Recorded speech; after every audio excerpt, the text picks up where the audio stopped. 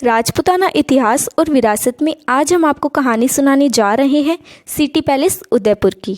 तो चलिए शुरू करते हैं आज का वीडियो।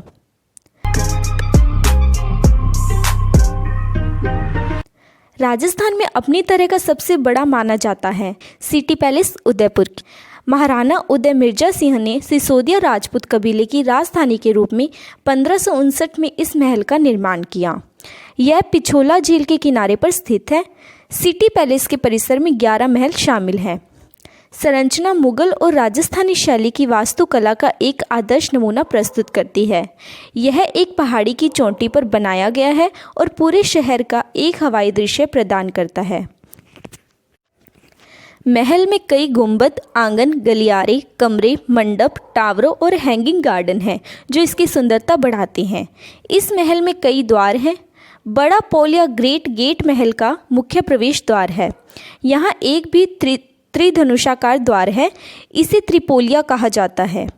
इस गेट के करीब एक क्षेत्र है जहाँ हाथियों की लड़ाई होती थी। इन दो फाटकों के बीच में वहाँ 8 तोरण या संगमरमर के मेहराब है। राजाओं के यहाँ चांदी और सोने से तोला जाता था, जिसे बाद में गरीबों में वितरित कर दिया जाता था। एंटिक फर्नीचर, सुंदर पेंटिंग, उल्लेखनीय दर्पण और सजावटी टाइल का काम महल के अंदरूनी हिस्से की शान बढ़ाते हैं। महल को भीम विलास, हिंदू देवी देवता राधा और कृष्ण के जीवन दर्शन के लघु चित्रों के साथ सजाया गया है। सिटी पैलेस के अंदर अन्य महलों में कृष्ण विलास, शीश महल या दर्पण का महल और मोती महल या पर्ल पैलेस शामिल है।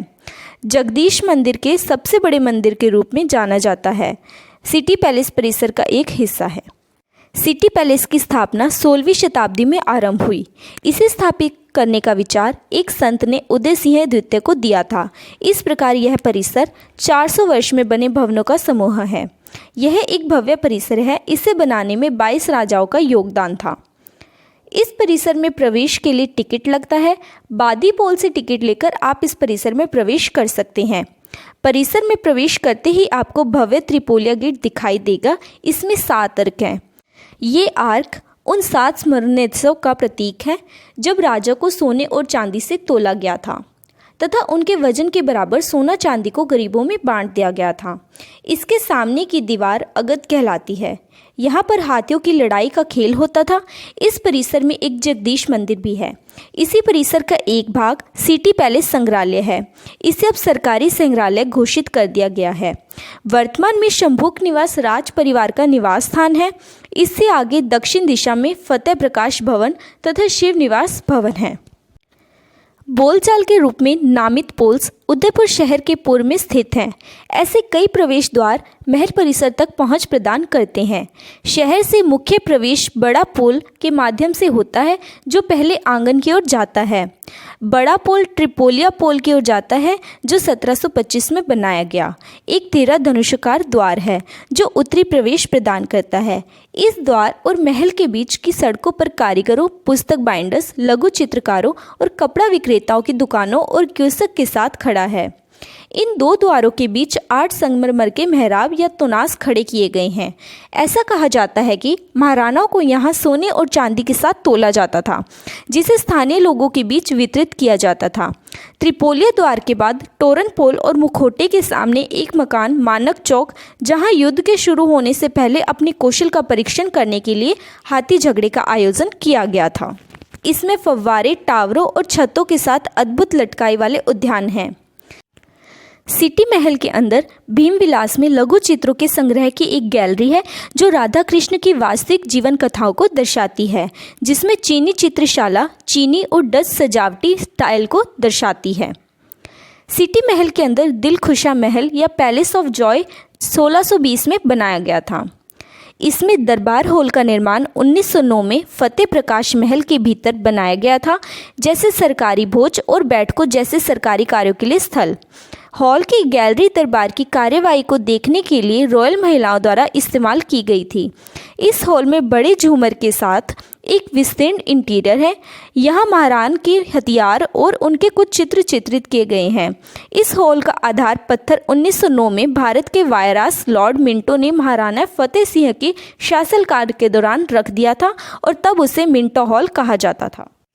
इसमें फतेह प्रकाश महल, जो अब एक लग्जरी होटल है, में क्रिस्टल गैलरी है जिसमें क्रिस्टल कुर्सियाँ, ड्रेसिंग टेबल, सोफ़ा, टेबल, कुर्सियाँ और बेड, क्रॉकरी, मेज, फव्वारे शामिल हैं जिनका इस्तेमाल कभी नहीं किया गया था।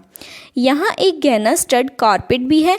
महाराणा सज्जन सिंह ने 1877 में F&C ऑस्लर एंड को लंदन के इन दुर्लभ वस्तुओं का आदेश दिया था, लेकिन यहाँ आने से पहले ही उनकी मृत्यु हो गई थी।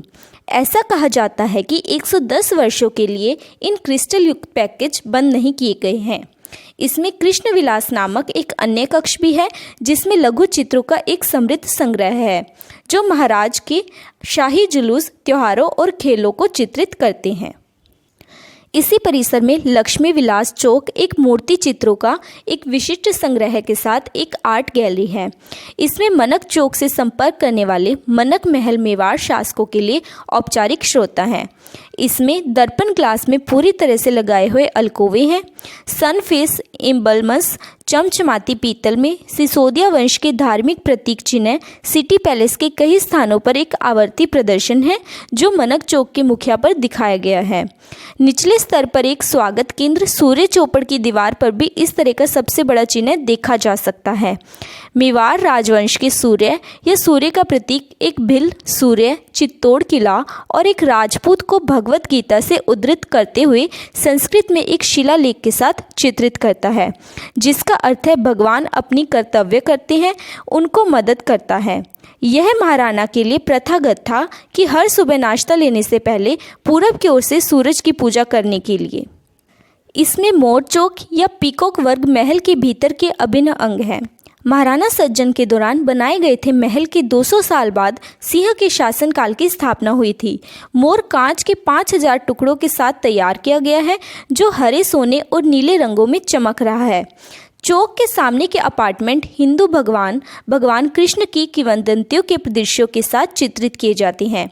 ऊपरी स्तर पर एक प्रोजेक्टिंग बालकनी है जो रंगीन विलास के आवेशन से घिरी हुई है। इसमें रंग भवन महल भी है। यहाँ भगवान कृष्ण, मीराबाई और शिव के मंदिर हैं।